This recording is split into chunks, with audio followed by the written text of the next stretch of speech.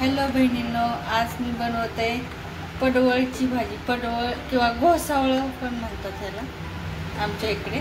त्यासाठी मी घेतला आहे थोडासा कढीपत्ता, एक कांदा, थोडासा टॅमॅटो आणि कोथिंबीर. आता तेल टाकून घ्या थोडंसं. आता आपण फोडणी टाकणार आहे. त्यासाठी मी टाकत आहे 1 चमचा जिरं, 1 चमचा मोहरी, कढीपत्ता, लसूणची पेस्ट करून ठेवली. टाकत आहे आता थोडं. मला येऊन आता कांदा टाकून घ्या. कांदा लालसर होतोपर्यंत भाजून घ्यायचा. त्यानंतर मी टाकत आहे टोमॅटो. आता याचं पाणी सर्व पाणी सुटून आटण्यासाठी मीठ टाकायचं. आता 1 चमचा हळद टाका. आता पडवळ टाका.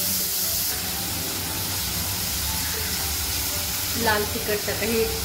हे लाल तिखट मी घरी बनवले.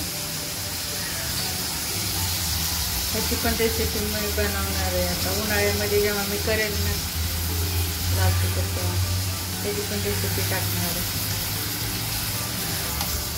या लाल तिखटची चव इतकी मस्त लागते ना.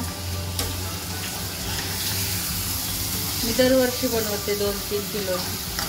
आम्हाला वर्षभर जाते ही चटणी. आता वरून थोडीशी कोथिंबीर टाकून घ्या. ही भाजी आमच्या पाण्यानं शिजू द्यायची. याच्यात पाणी बिलकुल टाकायचं नाही. पडवळला शिजायला वेळ पण नाही लागत. आम्ही त्याला घोसावळ पण म्हणतो. काय म्हणतात माहीत नाही. पडवळ, घोसावळ. आणि आमच्या पाण्यानं शिजू द्यायची. 4-5 मिनिटात शिजून जातं.